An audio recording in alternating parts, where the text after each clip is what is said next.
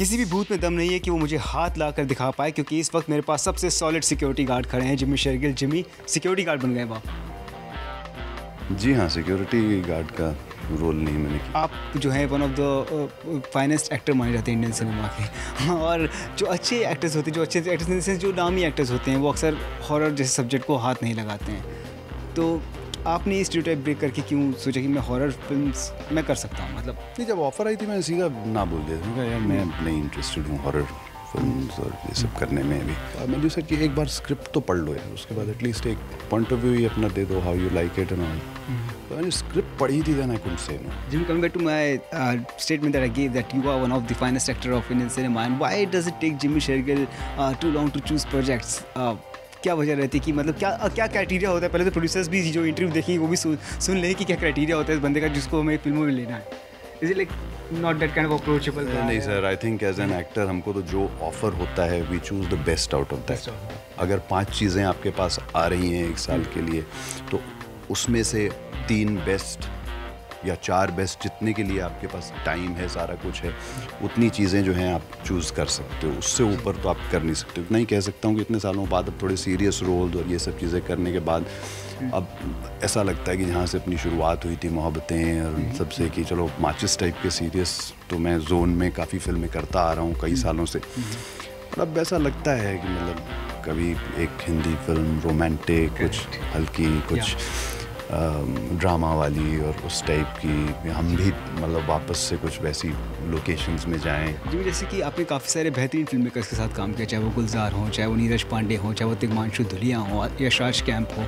क्या ये एक डायरेक्टर का प्रोजेक्ट से जुड़ना भी आपके लिए बहुत इंपॉर्टेंट है कि कौन डायरेक्ट कर रहा है इस फिल्म को? ये सबसे बड़ा क्राइटेरिया होता है रादर देन कौन सी हीरोइन होगी, कितने बजट में बन रही है? सबसे बड़ा क्राइटेरिया तो स्क्रिप्ट होती है, कहानी क्या है, किस तरीके की है, फिर उसको कौन बना रहा है, और जो बना रहे हैं, जो लोग इन्वॉल्व हैं, जो प्रोड्यूस कर रहे हैं, अगर वो नए भी हैं तो क्या ये कंप्लीट कर पाएंगे फिल्म को। जिमी, आपने जितनी फिल्में की अब तक, ऐसी कौन सी फिल्म है जिसमें आप सीक्वल का स्कोप देखते हैं और वापस वो फिल्म उस फिल्म के सीक्वल में काम करना चाहें? कर रहा हूँ ये सीक्वल्स अब। आई थिंक अभी गर्मियों से शुरू हो जाएगी तनु मनु का जो सेकंड पार्ट है वो शुरू होगा, तनु वेड्स मनु।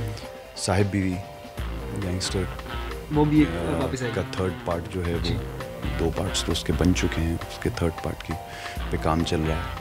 तो ये कुछ फिल्में हैं उस पर। बाकी मैं समझता हूँ कि स्पेशल 26 जो है वो एक ऐसी है जिसमें कि फुल स्कोप है उसका नेक्स्ट पार्ट आने का। वन एक्टर जिसके लिए आप सिक्योरिटी ब्रीच करके उससे आप मिलना चाहेंगे? सलमान भाई को मैं पहले से जानता हूँ। ही इज़ 1% इनका मैं फ़ैन, मतलब माचिस से भी पहले से हमेशा से रहा हूँ। वो बात अलग है कि मतलब ऑब्वियसली मैं जानता हूँ तो हम लोग बैठ के बात कर सकते हैं जब भी मिलते हैं। But yes, he is one man always been.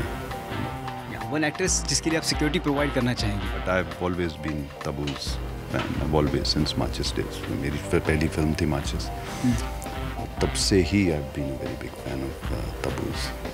हमेशा कहता भी हूँ और अपने इंटरव्यूज में कि I hope I get a chance to work with her again. या one actor that whom you would like to take shopping in a mall with? An actor, it can be a female actor or can be a male actor also. Depends on shopping in a mall. I would say 2 of the people who I've really had a great time working with, उनके साथ फिल्में भी की हैं, 2 3 फिल्में की हैं, एक सैफ और एक उदय। वो दोनों को इकट्ठा लेके जाना चाहूँगा मॉल में और देखना चाहूँगा क्या करते हैं ये। Thanks a lot, Jimmy. It was a pleasure speaking to you.